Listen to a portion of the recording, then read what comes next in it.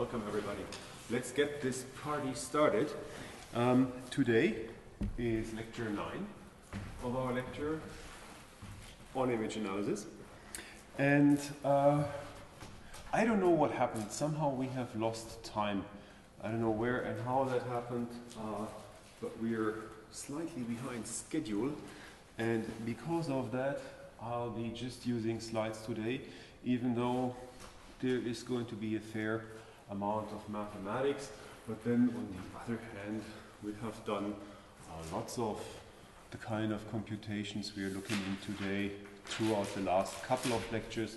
So even though I'll just walk through many equations today, you should be fairly familiar with those by now. What we are going to do is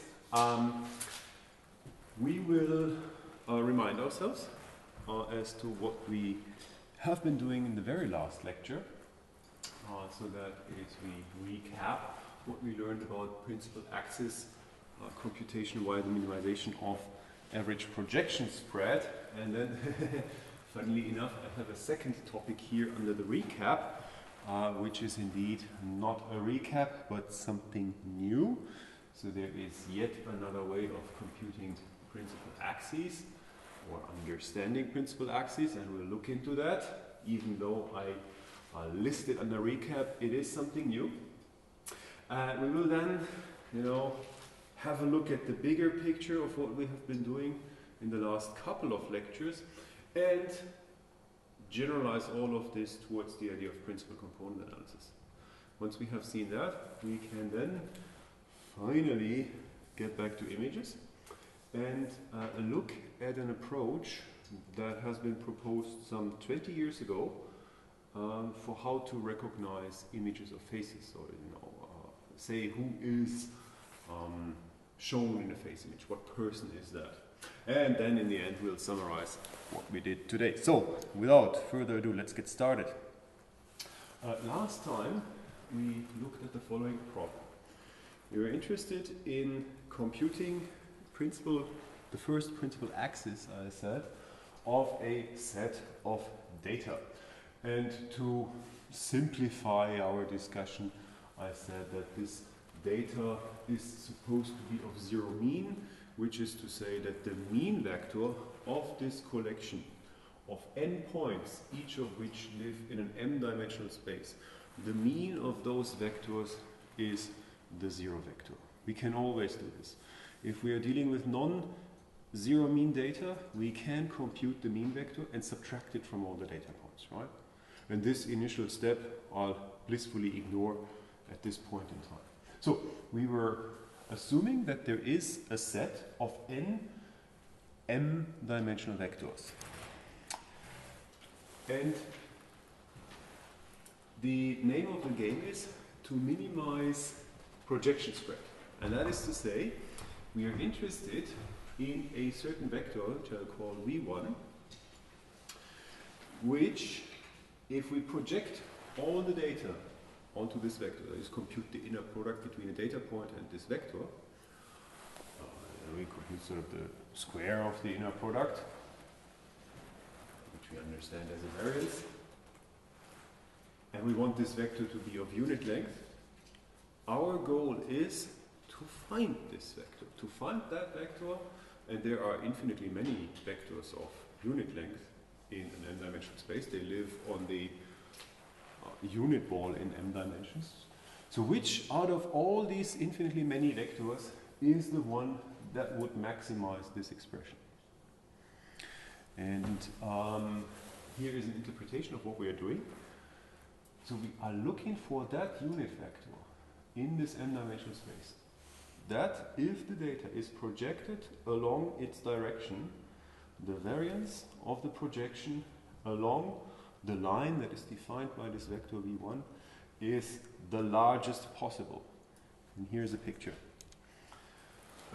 Here is a set of data, and all of this is, m is 2 now, right? Because I can plot two-dimensional examples, but all of this holds in higher dimensions as well. The blue dots indicate a set of data. The black circle is, in our case, the unit circle, or it's the unit ball in 2D, it's just a circle. This is a vector on this unit circle, or point on this unit circle, and the vector defines that point on the unit circle. And that vector defines a line.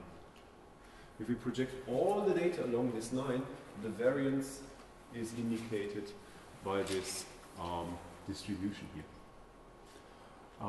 And in the panel on the left, I've actually chosen the optimal vector, the one that we are after, the one that maximizes the variance along the projection direction. And just to, you know, show that, well, you know, depending on what direction we choose, what projection vector we choose, we may end up with a different projection spread. Right? So if we were to project all the data along this axis, then the density of the projected points is, you know, more narrow, the variance is less. So we are looking for that vector that defines a line, once again, such that if we project all the data along this line, the variance of the projections is as large as possible. And our approach towards solving this was to, well, expand this square of the inner products. We can do this, so v1 times xi square is just sort of v1 times xi times v1. We can exchange the order in the inner product because we're talking about real values vectors here. And then we can, instead of using the pointy bracket notation, write it like this. v1 transpose times xi is the first inner product, and the second one is xi transpose times v1. And if you look at this in this representation, we recognize that xi times xi transpose is an outer product between two vectors, and it creates a matrix. And therefore we defined a matrix. If we go back to this, let's see, we have this 1 over n sum over all the I here. If we were to plug in this newfound representation into this 1 over n sum over all the I, could define a matrix C, which is the sum over all these outer products. For every I, there is one of these outer products. And that is to say that the problem we started with can be cast, or the expression we started with can be cast in terms of a vector matrix multiplication. It's just, you know, we are looking for a vector now, v1, such that if we multiply its transpose to the product of this matrix C and v1 again, all of this should lead to a maximum. And this is just to summarize what I just did, right? The problem we started out with can be written down like this.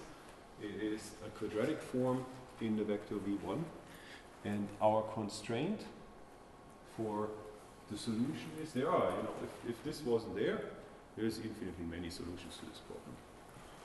But we're actually interested in the one that, in addition to maximizing this expression,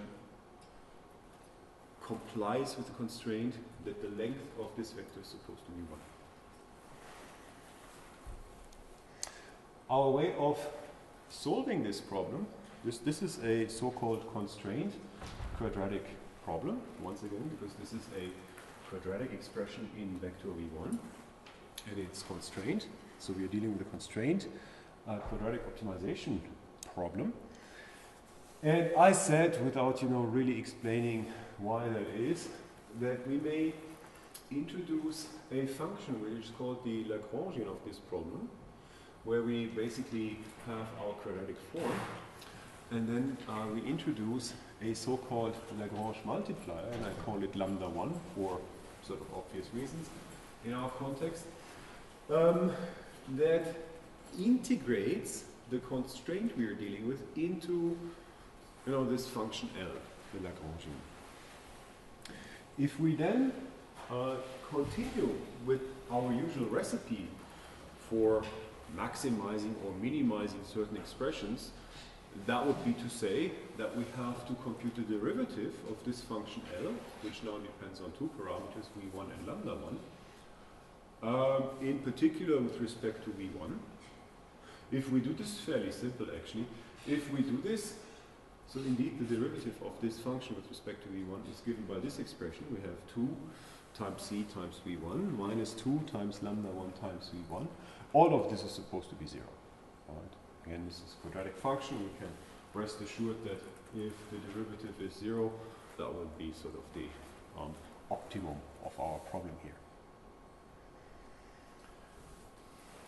If we rearrange these terms with the 0 on the right hand side, we end up with this equation: matrix C times vector v1 equals scalar lambda 1 times vector v1. And this is an eigenvector-eigenvalue problem. So our original problem of finding a projection direction such that if we project all the data along this direction, then the variance of these projections is supposed to be maximal, turns out to be an eigenvector-eigenvalue problem. And we discussed earlier for the case of 2D data how we could continue from there. And now, even though it says recap, we look at something else. Our starting point is exactly the same. We are given a set of n data points, xi, and each of these data points is once again an m-dimensional real-valued vector. And what we want to do right now is to solve this constraint optimization problem. Again, we are looking for a vector v1. This time it is supposed to minimize this expression, 1 over n times the sum over all the I, and now the squared norm of xi minus v1 times the inner product between v1 and xi. What is this?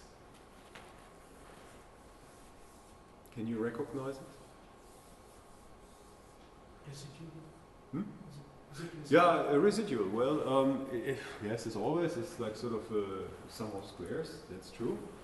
But this expresses the distance between a data point xi and its projection along direction v1.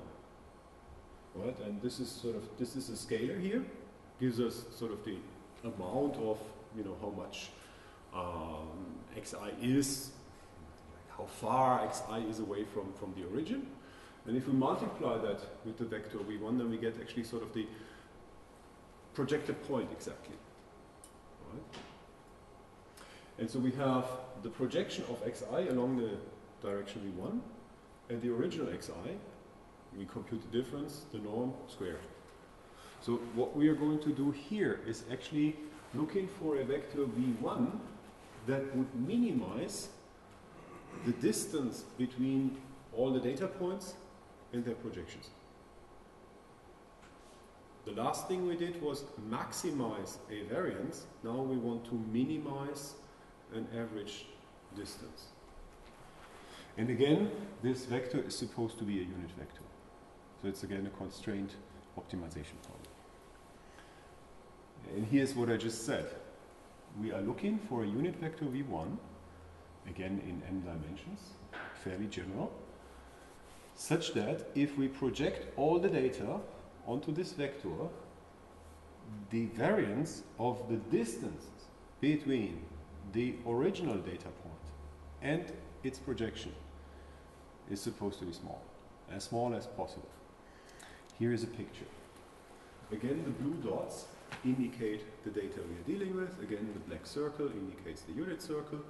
Again, this vector here is a vector we can understand as a vector of unit length. And then if we project all the data along this axis, so the blue dots again are the original data points, and this tiny red bars indicate sort of the distance between the data point and its projection along this axis. Do you see that? Okay, and on the right hand side, again, I'm showing what would happen if we were to choose any other vector v other than this one. And in this example, we already see that here, sort of on average, it seems that the distance between the data points and their projected points on average is somewhat larger than it is here. Okay? So that is our problem. We are looking for a direction, again, that if we project the data along this direction, the distances between the data and their projections are small. Now we want to minimize something. How do we do this? First of all, we expand the squared norm. This is basically to say that we write this term here as the inner product of this vector with itself. But this is a vector. It's a vector minus another vector. V1 times the scale. Vector xi minus vector v1 times some number is another vector, right? So we have the inner product between this vector and itself.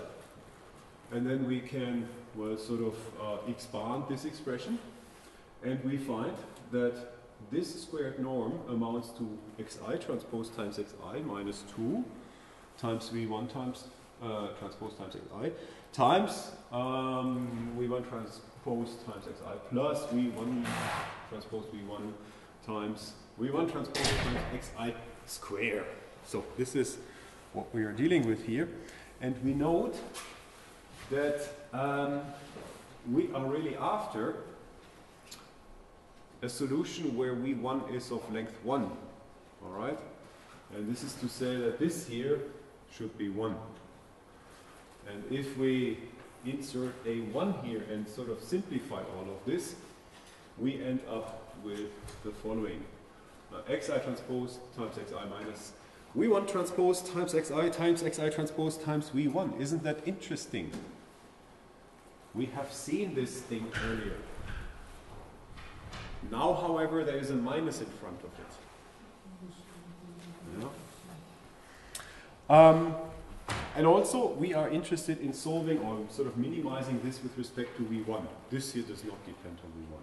We blissfully, happily, gladly ignore it.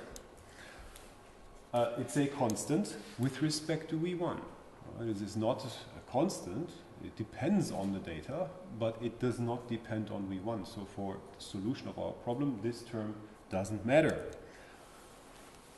And therefore, the problem we are dealing with right now can be cast as minimizing over all possible choices of v1 minus 1 over n times this sum over I, v1 transpose times xi transpose times v1. And again, v1 is supposed to be a unit vector. We have this constraint. So, once again, we define this matrix C, just as we did earlier, plug it in here, and find that our problem now reads minimize over all choices of v1 minus v1 transpose times C times v1. Again, under constraint that v1 transpose times v1 is 1. Now, what does that already tell us? We note that if we are to find v1 that such that this becomes, small, that is exactly the same as to find a vector v1 such that this becomes large. Okay? But we have already looked at this problem in maximizing this expression. We already did that. And therefore, our two problems are the same. I mean, they are formulated differently. The one asks for a direction along which projection variances are large, and the other asks for a direction along which projection distances are small. But it turns out these are two sides of the same coin. And therefore I can stop it here because, we have seen how to deal with that. And that is sort of the final preparatory step I wanted to show you before we continue. But before we do that, let us take a larger step back and remind ourselves about the theme throughout the last couple of lectures. What have we been doing? I have motivated all of these theoretical considerations by means of the example of binary images, shape images, for which we say, well, sometimes, you know, the image looks like this, and say in industrial manufacturing, where we use cameras to verify that everything is okay, say parts move on a conveyor belt below a camera mounted over the conveyor belt and takes snapshots of some things that have been produced and sort of does quality assurance based on computer vision approaches. An issue could be that the parts may not be perfectly aligned with respect to some coordinate system. So I said, well, maybe, you know, if we're dealing with something like that, probably there is a transformation that would turn this into that. But that was the motivating question we have been considering. And now we will generalize all of this. But before we do so, we remind ourselves of certain properties we uncovered with respect to these shape images, which we can understand as a collection of points in 2D. So in that sense, the horse here, the black area, is nothing but something like this, but it is denser, if you wish. Right? These are 2D data points, and these are 2D data points. These happen to be sort of, you know, very close to each other, and they also happen to sort of sketch a form we would say is a horse, but they are 2D data points. And with respect to these 2D data points, which for the time being we sort of also understood as being produced by a certain function, we found that we may compute these new coordinates x prime, so it's like going from here to there by first subtracting the mean vector from all the data points we're given and then rotate them. Right? First we sort of move it to zero mean, and once we have sort of done this translation, there's another rotation, and we end up with this location and orientation normalized form of the data points. Where the mean vector and the rotation matrix are given by, we sort of traced it back to elementary concepts of statistics. We said that we can express the mean value along the x-axis in the original coordinate system as first order moment m1 naught over the zero moment m0 naught. Sort of the same applies for the y, the average y coordinate. And we spent quite some time to figure out that this angle theta that occurs in this rotation matrix amounts to this expression, which again, this is important here, involves moments. And just to remind ourselves of the notion of moments, here they are. Once again, these are the central moments where we have to subtract the mean values, and these are the moments. And I'm just showing sort of the continuous form here, but of course, we also talked about the discrete variant of this. And all the things we did throughout the last couple of lectures basically were done to point out the following crucial properties of these transformations we did here. First of all, this axis that has this angle theta, about which we want to rotate the data points in the end. This axis we saw passes through the centroid or mean of the collection of data points. That was the first thing we found. Today we reminded ourselves or saw that it minimizes the squared projection error. This is what we just did. This is a second property of this axis. Third property of this axis is that it maximizes the projection variance. And the vector v that defines this line about sort of this angle theta, which we have to rotate, is, and that is something we saw earlier, an eigenvector of the data covariance matrix. And all of these things are equivalent. But they point out different crucial characteristics of these kind of analysis. And now that we have seen this, basically so far mainly for the case of two-dimensional data points, we now sort of suffer from the fact that examples are dangerous. Right? So far we have done all of this with respect to 2D points because I can plot it, and we sort of argued about shape images because that has to do with image processing, and I could sneak in all these statistical computations with an elementary example from the area of image processing. And if I am lucky, you sort of were able to follow me and have understood it, which is great. But you might be tempted to think now, okay, this all applies to sort of 2D data. And that is a danger. So I use this example sort of to, you know, have something to talk about. And now we have to take it to the next level. And that is, yeah. Actually, maybe this is not relevant, but the kind of techniques that you discussed, Yeah. Isn't it very, what should I say, the outliers would be affecting them very badly. Like for example, Likely, when yeah. you're scanning, there is some noise. Yeah.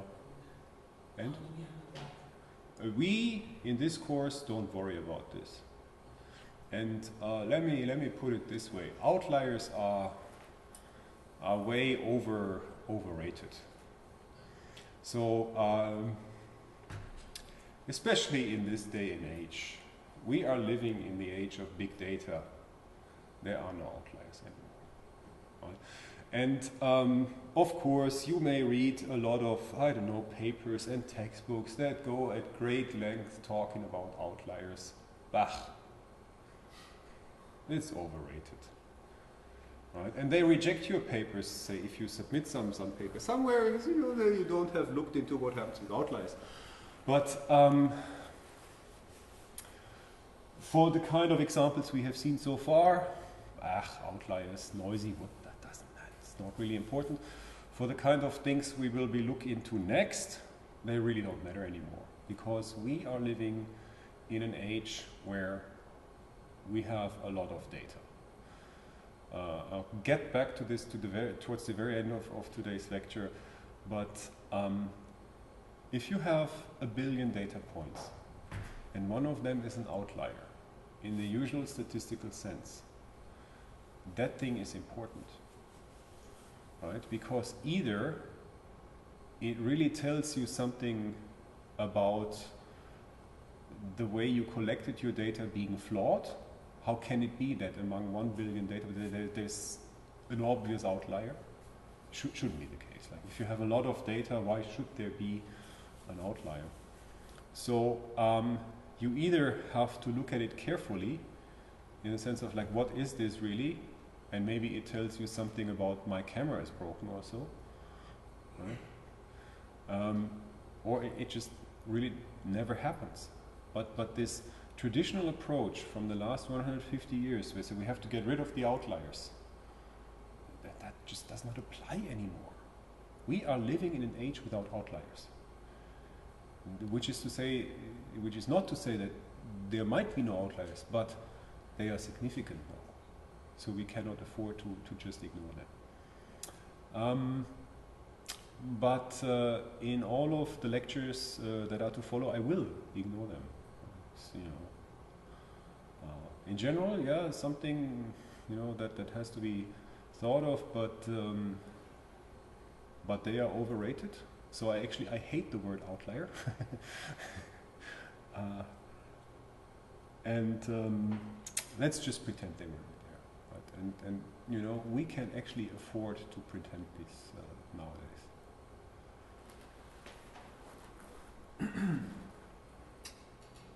we are now going to generalize this, and I already sort of sneaked the generalization into the first couple of slides we saw today, because the data we are talking about is not just two-dimensional anymore. So far, a data point was a pixel, and an image was a collection of data points. But now we will look into sort of, yeah, what's going on if the data points are, I don't know, 3, 4, 5, 5,000 dimensional. Definitely higher dimensional than the 2D coordinate vectors we have talked about so far. And yeah, we can think of a collection of data either in terms of a set, right? Set, just as we had on the previous slides, set of data points xi, I ranging from 1 up to n, and again, supposed to be a discrete set, so it's a true subset of all the m-dimensional vectors defined over the reals. What we are doing here would also work for complex valued vectors, but this is something, again, which I ignore because it is not important for our purposes. And note, however, that in addition to this idea of a set of data points, we can also think about a data matrix. And in this point of view, we assume that all the data we are given form the columns of a matrix. So this matrix has m rows because each column vector is an m-dimensional vector, and it has n columns. This is what I am expressing here. We are talking about real valued m by m matrices. M is the number of rows, is the dimension of our data vectors. N is the number of columns, is the number of data vectors we are given. And I'm just repeating this. We have seen this a couple of times already. You can think of the covariance matrix of the data as sort of either normed or not. Sometimes I may drop this factor, but I have already warned you about this. It is in any case the sum over all the data, outer product between the data and itself. So this is a matrix, and we sum a lot of matrices here. And earlier we saw that we can express this sum in terms of matrix product, and this will provide us with an n by m matrix, which is symmetric. So the covariance matrix is always square, and the size of this matrix is defined by the dimension of the data, and it is always symmetric. And PCA, or Principal Component Analysis as it is called, is concerned with all solutions to this eigenvector eigenvalue problem. Up until now, we were happy with only sort of the first solution to this problem here. We sort of looked at V1, lambda 1, V1. But there are, and we already saw that, several solutions. That was when we diagonalized that matrix. And I said, okay, so there's at least two eigenvalues. That again was a two-dimensional example, lambda 1 and lambda 2. Let's ignore lambda 2, let's continue with lambda 1, right? So we saw there were two. In the case of a 2D covariance matrix, now we're dealing with an MD covariance matrix. M by M covariance matrix would suggest that there's probably m such vectors and eigenvalues. And well, not necessarily. So we have to be careful there. I'll point that out later. But you know, if everything is okay, then there are m solutions to this equation. And whereas up until now we were sort of mentally confining ourselves with the first one, PCA is concerned with all of them. We want to find them all. And the eigenvalues and eigenvectors of this problem, of this matrix C, have the following properties. First of all, the eigenvalues are real numbers. Right? This is important because if you compute this on your computers using, say, NumPy, it happens that they are complex valued. but they shouldn't be. This is a problem of numerical computation. I probably should get back to this next time. I have no. Okay, so I will get back to. I'll prove to you that they have to be real. It can be proven. And so therefore, if your software produces complex valued eigenvalues, something has gone wrong during computation. That can happen, and I'll tell you what to do about that next time. But they are real. In this case where we are concerned with symmetric matrices. In general, they do not have to be real, but for the case of symmetric matrices, as the one we are dealing with here, they will be real. Second of all, if we look at two different eigenvalues and the corresponding eigenvectors, we can rest assured that these two eigenvectors are orthogonal. They are perpendicular to each other. That can also be proven. And now to your question. Unless this matrix C is defective, then it will have indeed M independent eigenvectors. What again do I mean when I say matrix is defective? So let's this comes back to something you have been asking a couple of lectures ago. Look at this. So this matrix C is a sum over outer products of vectors. So let's ever so briefly come up with an example. Say you have 3D vectors living in a 3D vector space, or expressed in terms of 3 coordinates, but all of the vectors you are given just live in a plane. So the third coordinate, say, is always 1. Right? Then there is no variance along this direction. And in this outer product, the third row of these may will always be 1. Or at least a multiple of some of the rows of the other rows. I should say a multiple of the rows of the other rows. And we already saw that then this thing is not really invertible. Something we discussed last time. And in cases like that, so in the case you were afraid of, like what happens if this matrix is not really invertible? We talked about least squares now in the context of PCA. If that matrix C is not invertible, I now call it defective. And then what will happen is that a couple of the eigenvalues actually have the same value. And that is to say that the corresponding eigenvectors are the same. And that is to say that instead of m different eigenvectors, we have just some number less than m of different eigenvectors. Okay.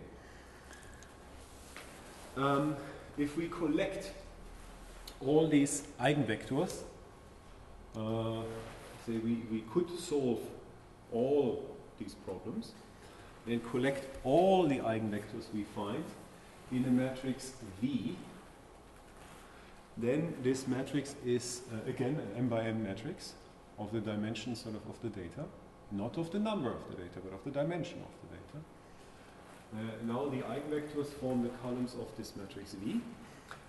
Since the eigenvectors are pairwise perpendicular, I just said that, this matrix V is orthogonal. This is to say, if we compute the product between V and its transpose, is actually the same as if we were to compute the product of V transpose and V. Just in this case, if the data we are dealing with is complex valued, it's not quite as simple, but for real valued data, this does hold. And matrix V is orthogonal if either of these two, they are identical, these two products, produce the unit matrix. This is to say, this is what defines an orthogonal matrix. And that is to say that for this case of orthogonal matrices, we have that the transpose is equal to the inverse. All right? What does that already tell us? thinking back to what we learned in the last semester, when we spent a lot of time, well, not so much, on affine transformations and actually matrix groups. Back then I said that so if the transpose of a matrix is its inverse, then that is a rotation matrix. Right? So yeah, another way of looking at this matrix composed of the eigenvectors is to say that this is a rotation matrix. And it is orthogonal,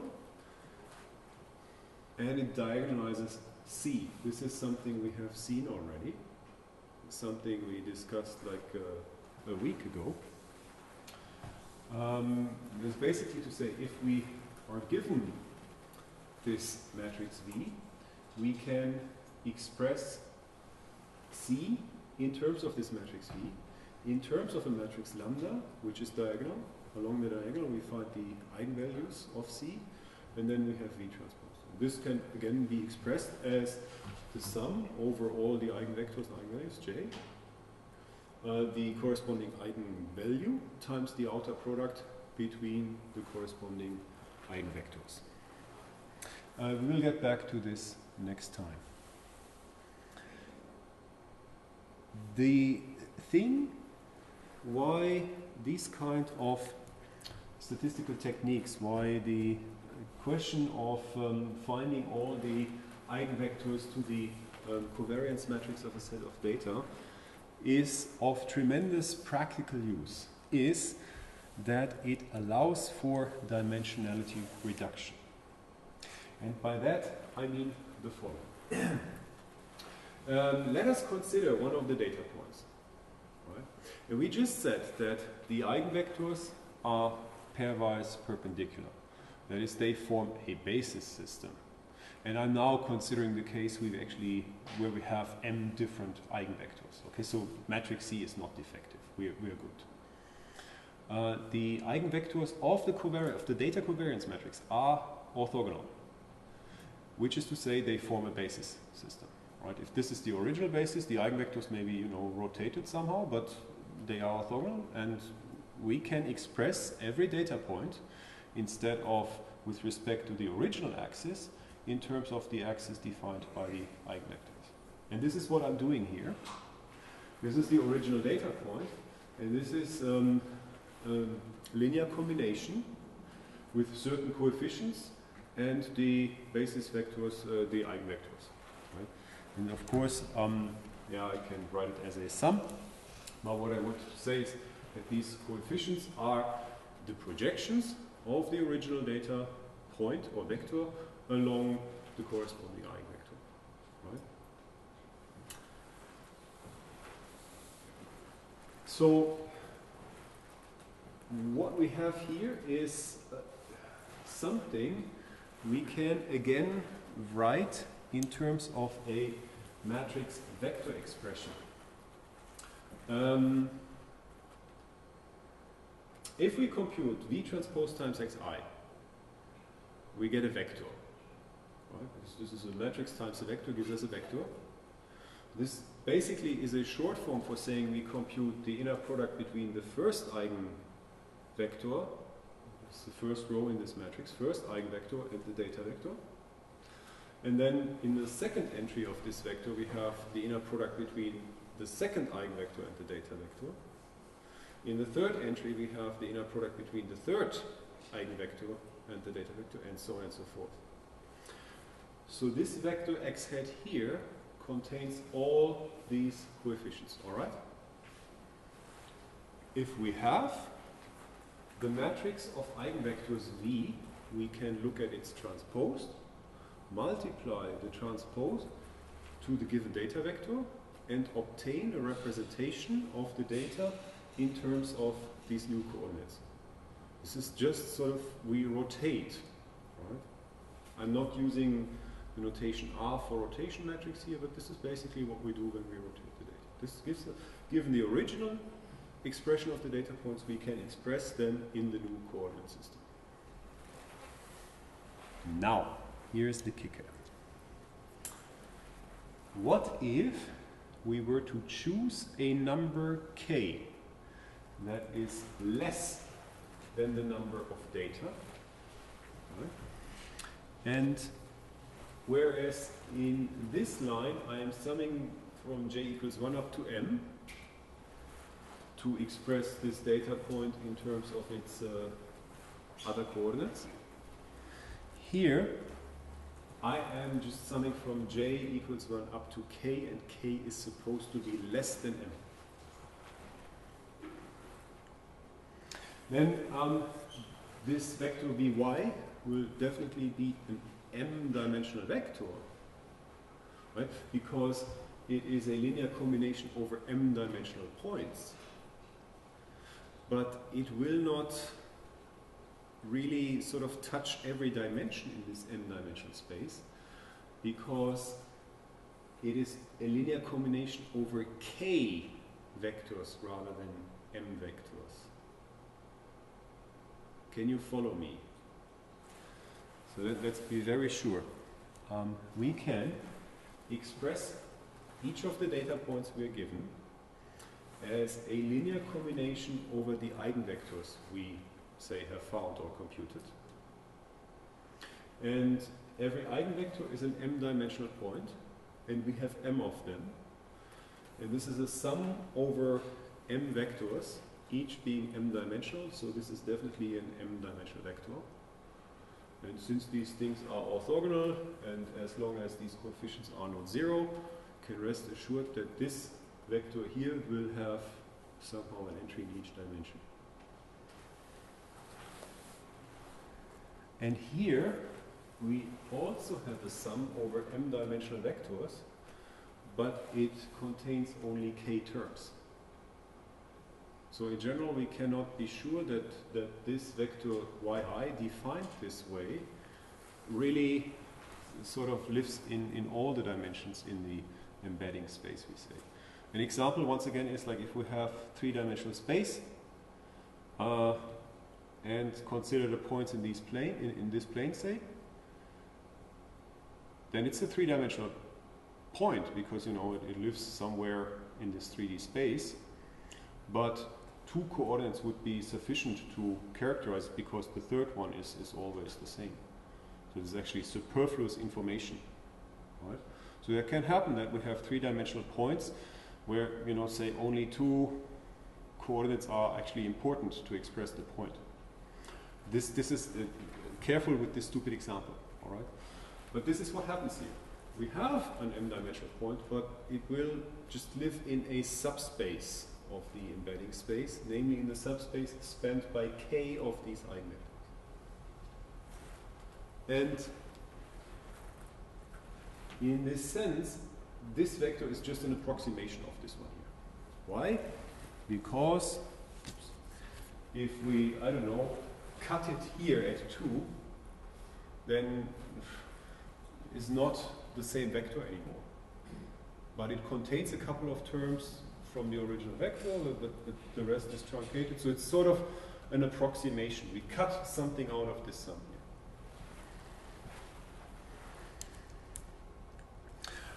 here.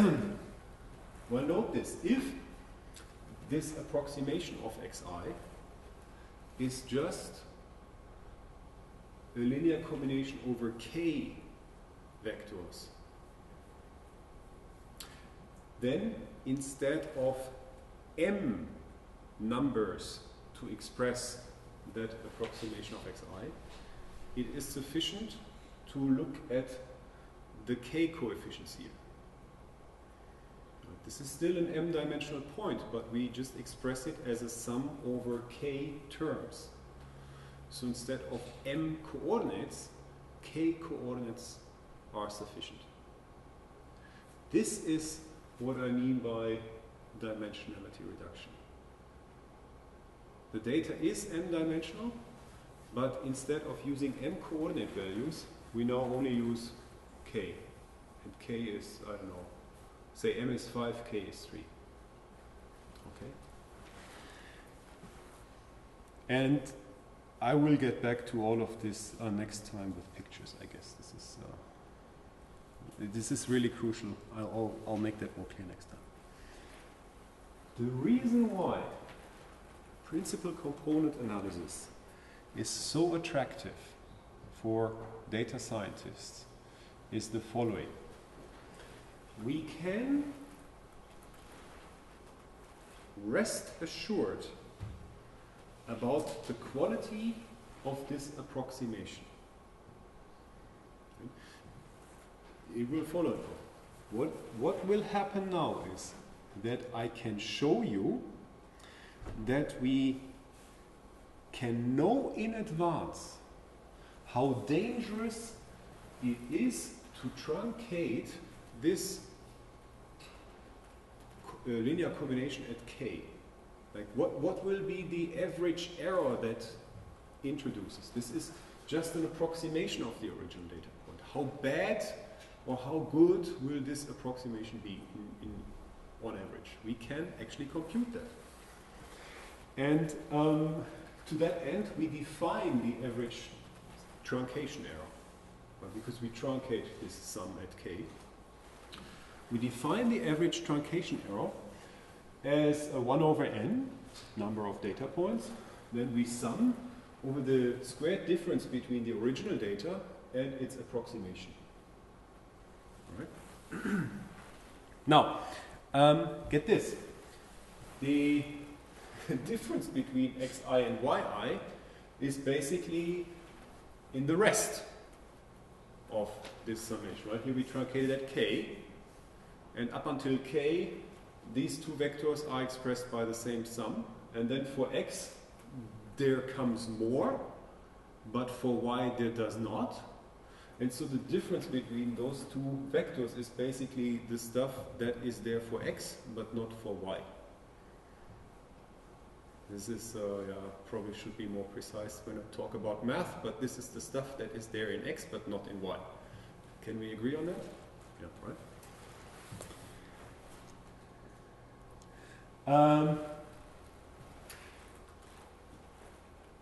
And this is you know, an inner product. We can write it, this is the square of a norm, we can write it in terms of inner product, like so. Actually, you know, this is, now it pays off that we did all the kind of manipulations we did earlier. We can finally understand this here. Can write this is what we did earlier today, express these inner products in terms of the covariance matrix and the eigenvectors. And note that for all of this, the summation starts at k plus 1. It's just the stuff that is there in x but not in y. And we know that c times vj is lambda j times vj. Right? Let's make it precise. So we can write the inner product between vj and c times vj as the inner product between vj and the corresponding eigenvalue. But we can pull out the eigenvalue out of an inner product. And then we are left with the inner product between vj and itself, which is supposed to be 1. Right?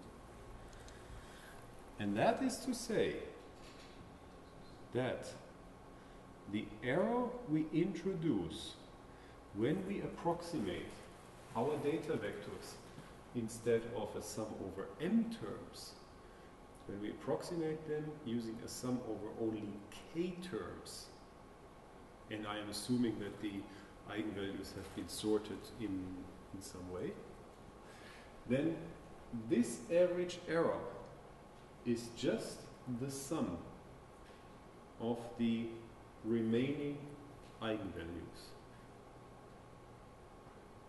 Okay. This is a tremendously interesting property of PCA, right? Because it allows us once again to say, let's use it for dimensionality reduction. The fact that the data points we are dealing with are m-dimensional vectors becomes apparent in this expression where we have a sum over m basis vectors. Now if we truncate this sum somewhere, we only sum over k basis vectors. Which is to say, instead of using m coefficients to represent the data point, we can only use k. K is less than m. That reduces the amount of storage space, say, we need on our computers. Of course, if we truncate it, there will be an error, because we have thrown away information. How large or small will that error be? And we can actually answer that question. This is extremely special. This is something that holds for PCA, but not for other such methods. And because of this, and the fact that the basis vectors, or the principal, the eigenvectors we get when computing PCA of covariance matrix are orthogonal. This, together with the fact that we can bound the error, or express, actually this is not a bound, it's actually, we really can compute the error, the reconstruction error. This is what makes PCA so special. And because that is the case, we can actually think about criteria for how to choose that value k. And what I am plotting you here is a so-called spectrum. And spectrum is another term that has many meanings, and in the context of principal component analysis, it refers to the sorted eigenvalues, where we assume that the eigenvalues of the covariance matrix C are sorted such that the larger ones come first. Right, so there is a largest eigenvalue and smaller ones and so on and so forth. And the number of eigenvalues is fixed. Right, so we can, I don't know, say, compute the sum of all of them. And then we can choose a k and compute the sum of the eigenvalues up until some k. And we could choose that k such that the sum over the k first eigenvalues divided by the sum over all the eigenvalues is something like 0.95 or closest to 0.95. Right? And this is I don't have it here. Let me go back quite a bit actually. I don't know why it's not on the slides, but it is implicit.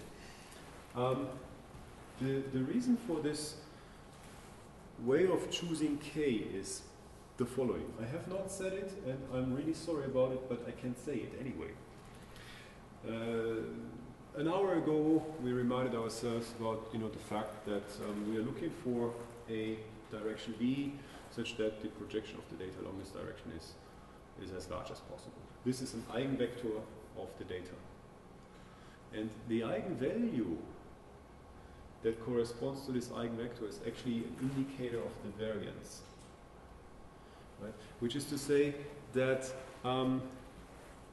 if an eigenvalue of an eigenvector is large, the variance of the data along that direction is large. And if an eigenvalue of an eigenvector is rather small, then there is hardly any variance of the data along that direction. Again, if you have 3D data just living in a plane, there is no variance along the, say, Z direction. Can happen. Stuff like that can happen. And that is to say that if we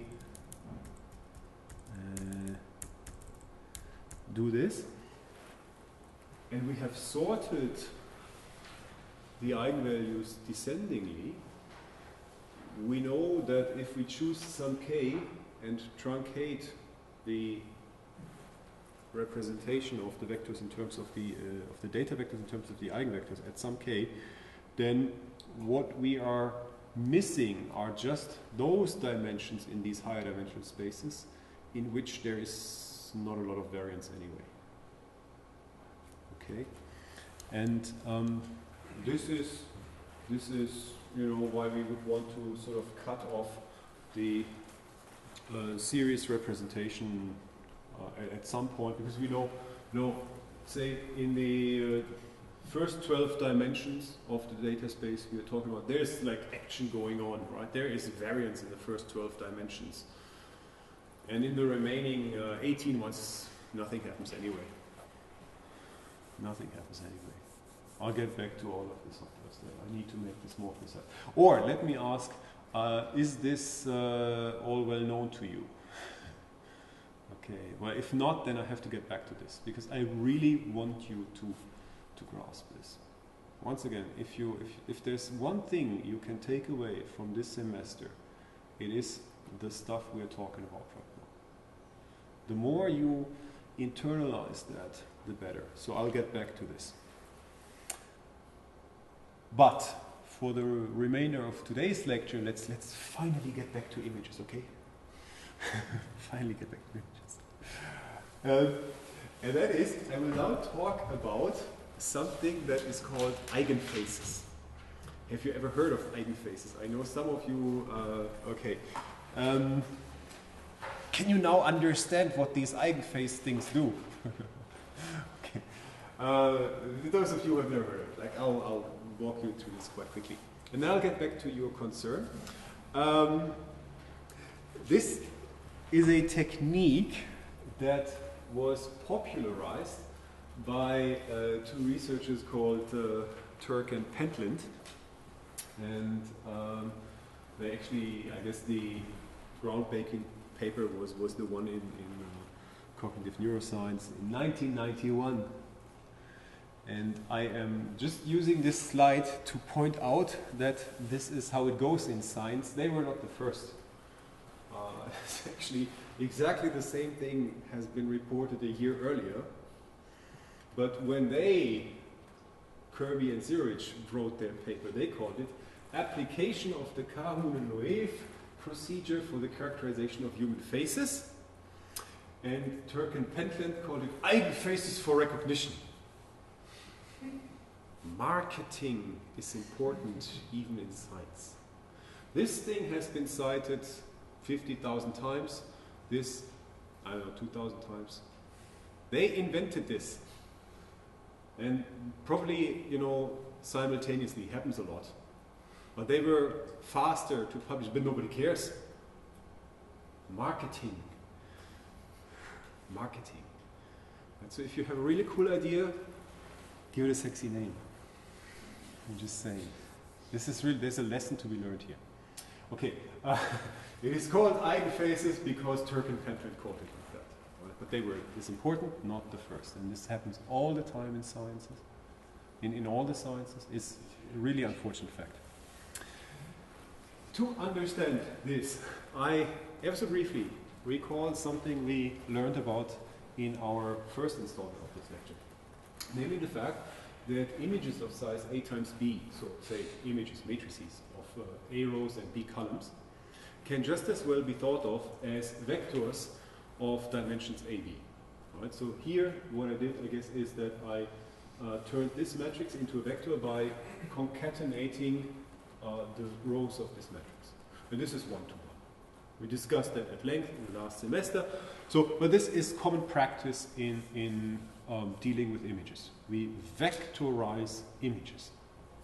Now, once we have vectorized an image into a vector, we can now look at a collection of images, which is to say a collection of vectors, which is, of course, exactly the realm we have been dealing with all throughout today's lecture. Right? Now, I will talk about a collection of vectors on which we do PCA. But it so happens that these vectors actually are images, and these images actually show faces. Let's see. It could also be that they are on different dimensions. And we append 0 that time. Yeah, okay.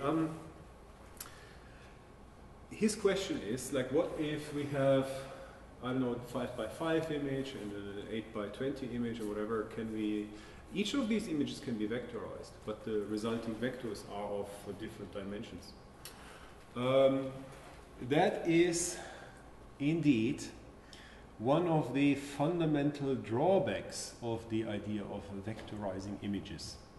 Of course, we can make sure that the resulting vectors of a collection of images are all of the same dimensionality by padding zeros, just as you suggested. But this is really dirty.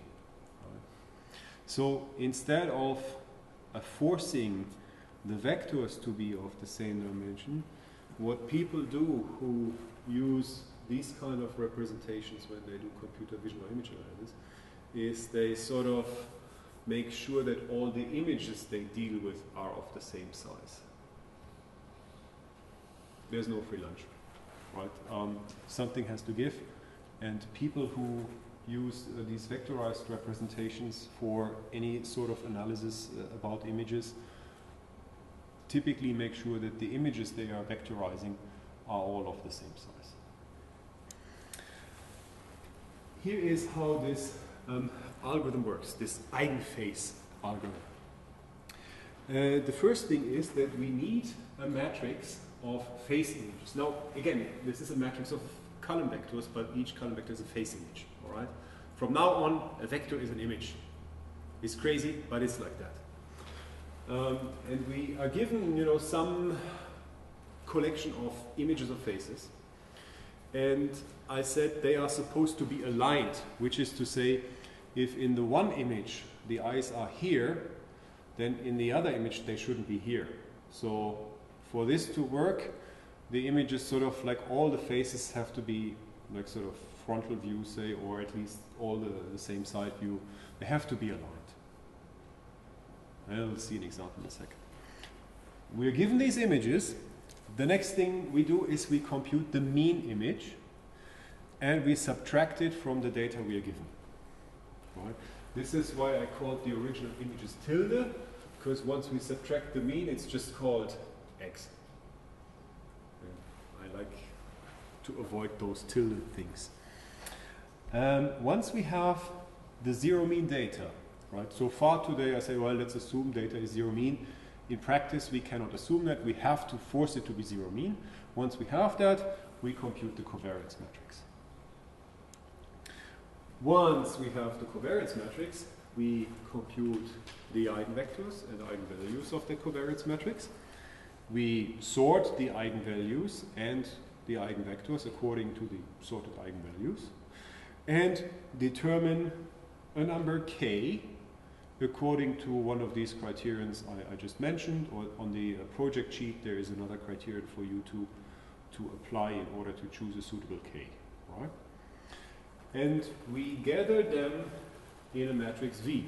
However, just k of them. We are not really interested in the complete matrix V. We only need the first k eigenvectors. We gather those in a matrix V. I should have probably called it Vk, but I don't, so this is why I pointed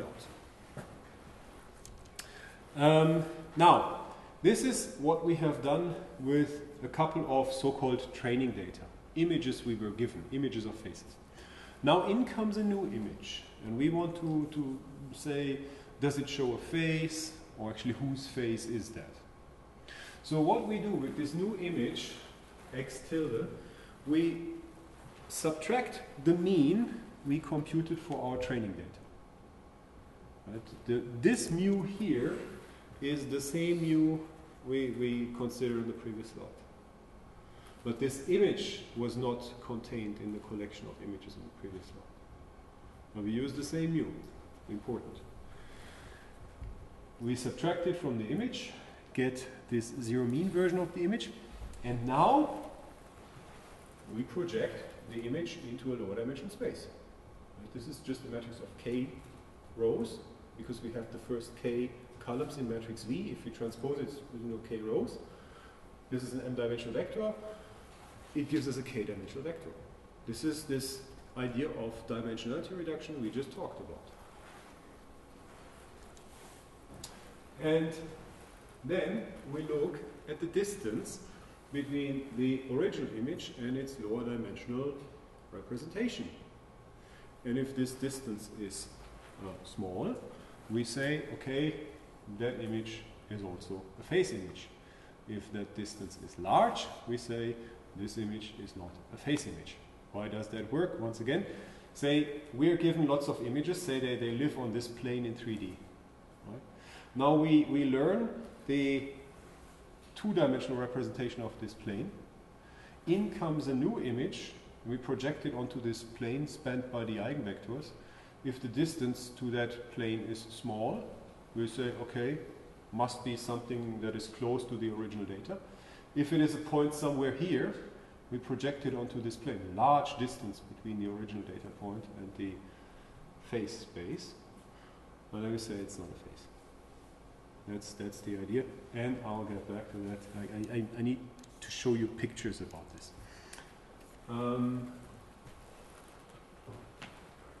It's a test to verify if something actually shows a phase or not, sort of a binary decision. Is the new image, is this a phase image or not? If the distance to the lower dimensional representation of all the phase images is small, it's a phase.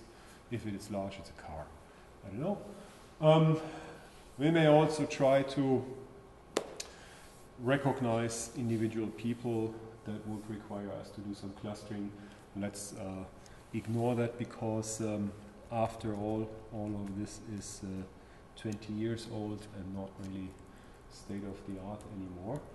But it is nevertheless still a very crucial idea as to what we can do with images. Here is a database of 34 images, and we can see what I mean by aligned. Actually, what I did here is that you see those images are cropped. Right? Those are portraits of former colleagues of mine. I am here. What I did here is, that they were original portraits, and I sort of cropped them.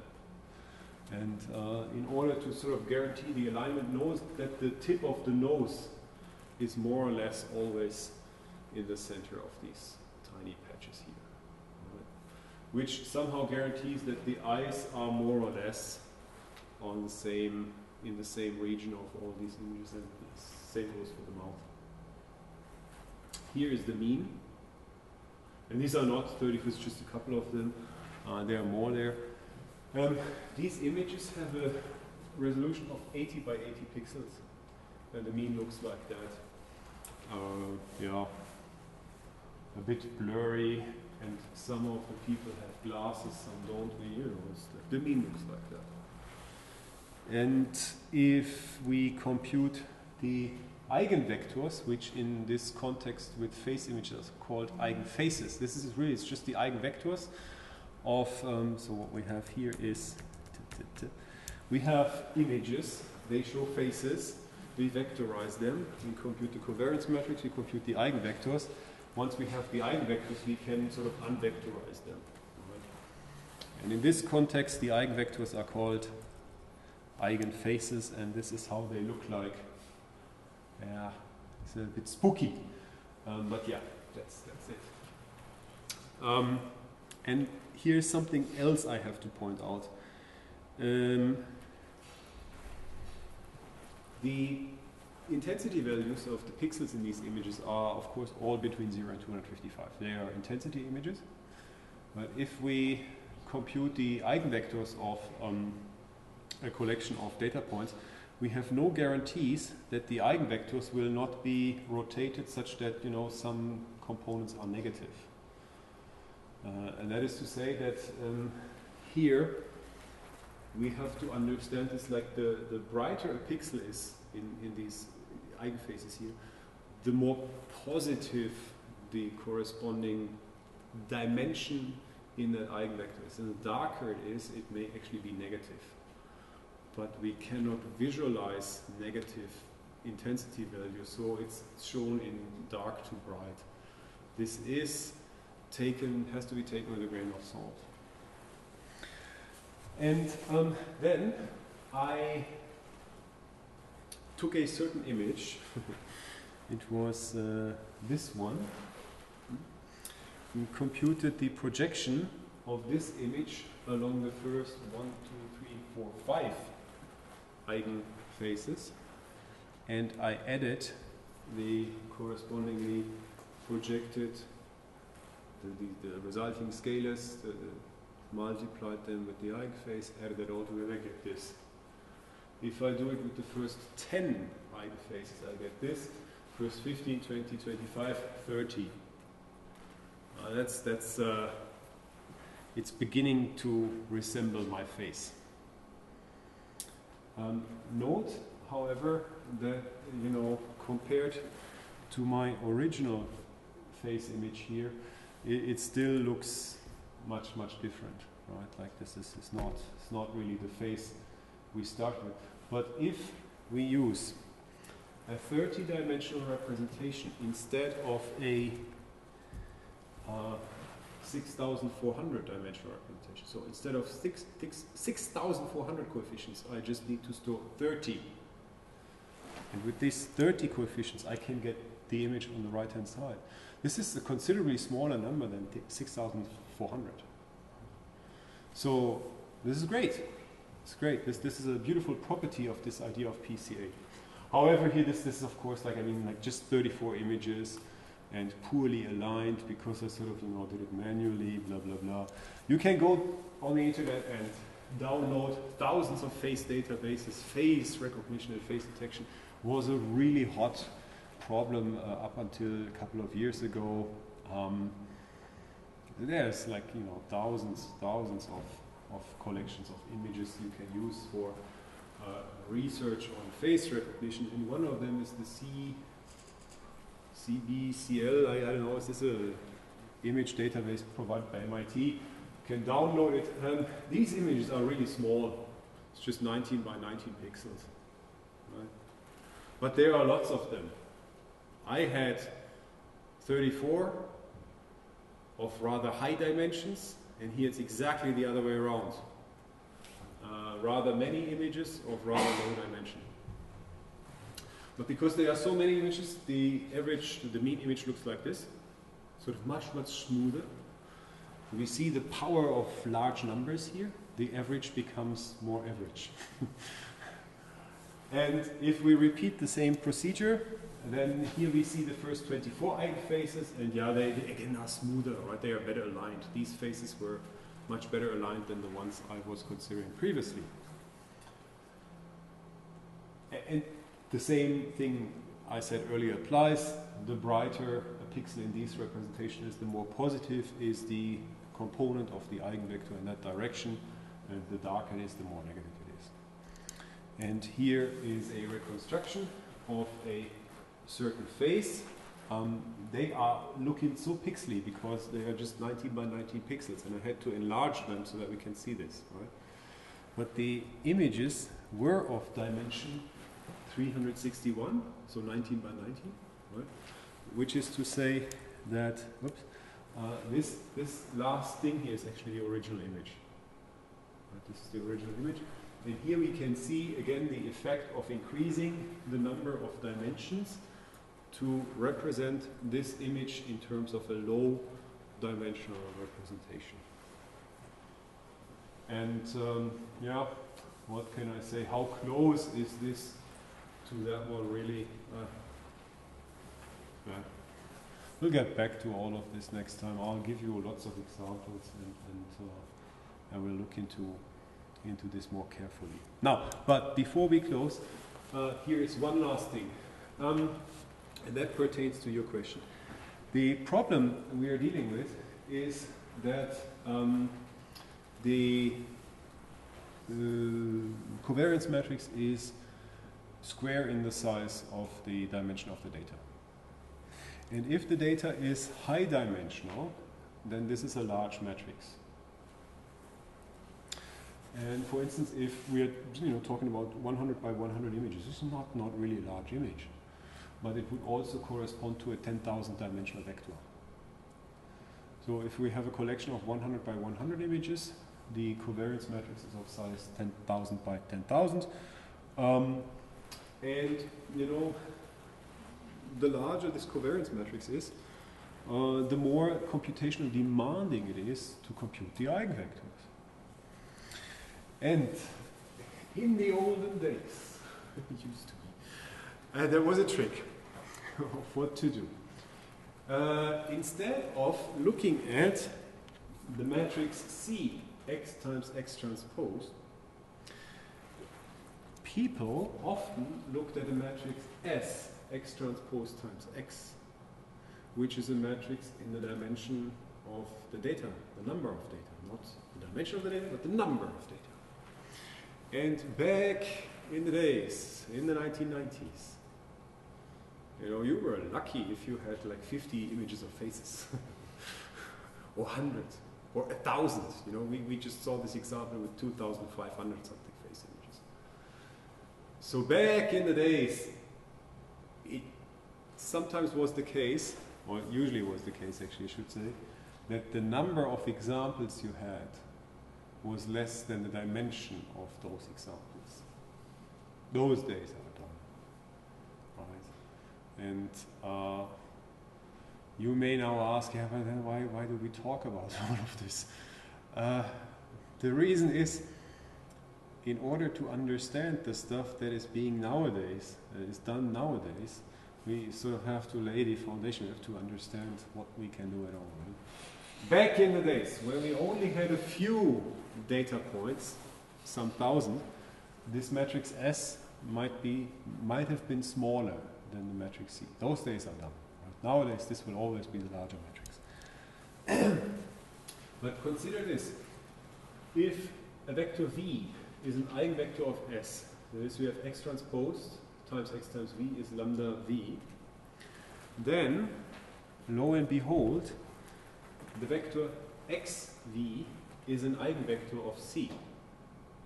Right? Just by sort of multiplying this equation by a matrix X from the left, we get x times x transpose times x times v, so it's like another x here. And the x I'm multiplying here is here, lambda is a scalar. So if v is a solution to this equation, then xv is a solution to this equation. And this is to say that back in the days it was easier to compute eigenvectors for this matrix. Once we had it, or had those, we could of course compute the eigenvectors for matrix C. Right? I'm just saying, maybe that's interesting for what you need to do on the exercise. No, it's not, because no, it's not. Dimension is much more than number. Yeah, okay, but this is what could have been done.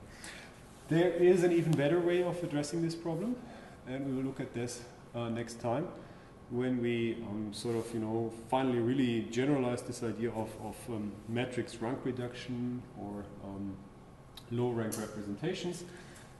It's going to happen next time. Today we have learned about principal component analysis, and in particular about very, very crucial properties of PCA in the context of dimensionality reduction. We can use it to map m-dimensional data into k-dimensional or k-dimensional representations, and we have a guarantee as to the error that occurs. And then we learned about eigenfaces as an application of all of this, something else than just binary image normalization. Great, that's all I have for today. Are there any questions? No, good. We are back to where we should be, and see you again on Thursday. Thank you.